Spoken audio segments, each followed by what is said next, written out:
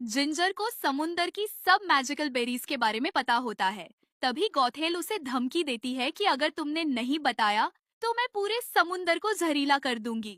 Ginger उसकी बात मान लेती है। नीलम और सुनहरी गहरे समुंदर की गुफा के सामने पहुंच जाती है।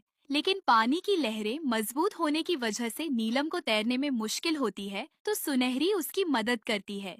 लहरें और तेज होती जाती हैं, तो नीलम वहीं रुक जाती है। सुनहरी आगे का सफर अकेले तय करने का सोचती है।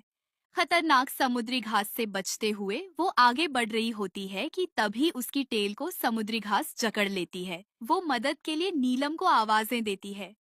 नीलम को कुछ समझ नहीं आता, तो वो पेंडेंट से मत्स्य कन्या बनने की विश करती है और जल्दी से सुनहरी की मदद के लिए जाती है। वो सुनहरी को उस समुद्री घास के चंगुल से छुड़ाती है और आखिरकार वो दोनों मैजिकल बेरी तक पहुंच जाती है। वो उसे लेकर गौथेल के ठिकाने पर पहुंचती है, लेकिन वहाँ कोई नहीं होता। वो वापस समुद्र में आती है तो उन्हें गौथेल और जिंजर नजर आ जाती है। उन्हें देखते ही वो दोनों एक प्लान बनाती है। नीलम गौथेल के सामने जाती है और उसे बेरी दिखाती है। गौथेल को उस पर गुस्सा आता है और वो नीलम का पीछा करने लगती है। पीछे से सुनहरी जिंजर को आजाद कराती है। गौथेल नीलम का पीछा कर रही होती है और नीलम का टैटू भी रिमूव हो रहा था। वो जल्दी से पानी से बाहर छलांग लगाती है। तभी गौथेल उससे कहती है, मुझे वो बेरी दे दो, वरना मैं ये झर समुद्र में फेंक दूंगी। नीलम के पास और कोई चारा नहीं होता, तो वो उसे बेरी दे देती है। लेकिन तभी गौथेल झर के जार को समुद्र में फेंक देती है।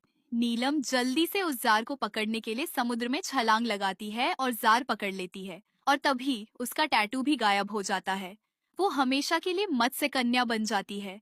जिंजर और सुनहरी को बहुत दुख होता है कि तभी जिंजर के दिमाग में एक बात आती है। वो जल्दी से असली रूप की बेरी नीलम को देती है, जिसे खाते ही नीलम दोबारा से एक खूबसूरत परी बन जाती है। वो बहुत खुश होकर हवाओं में उड़ती है। दूसरी तरफ जैसे ही गौथेल वो बेरी खाती है तो वो मेंढक बन जाती है, क्योंकि नीलम ने असली रूप की बेरी को नीला रंग करके उसे दिया था। और फिर परियां और जल परियां हंसी खुशी रहने लगी।